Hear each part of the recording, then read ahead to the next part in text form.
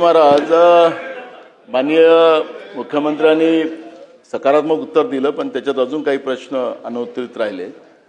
अध्यक्ष महाराज, माझा स्पेसिफिक प्रश्न असा आहे की नकली पासपोर्ट बनवून मोठ्या प्रमाणात प्रवास करणारी लोक आपण पाहतो आहे.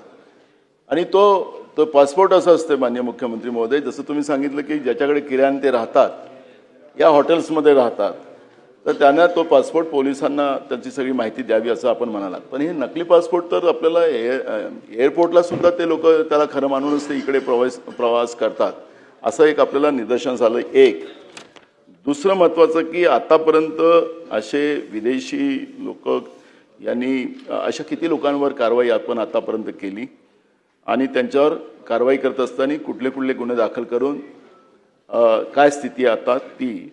आणि दुसरं आपण सांगितलं की ड्रग्स आता कुठल्या पबमध्ये किंवा बारमध्ये, आता तर अलीकडे कॅफेमध्ये सुद्धा ते ड्रग आपल्याला मिळतात आणि मोठ्या प्रमाणात तरुणांची संख्या आता त्या कॅफेमध्ये आपल्याला पाहायला मिळत आहे. आणि म्हणून कॅफे जे असतात त्याला आपलं दुसरं लायसन्स लागतं, त्याला काही ते कॉफी वगैरे सगळं असतं, पण त्याच्यातही ड्रगचं मोठ्या प्रमाणात हे होतं आहे.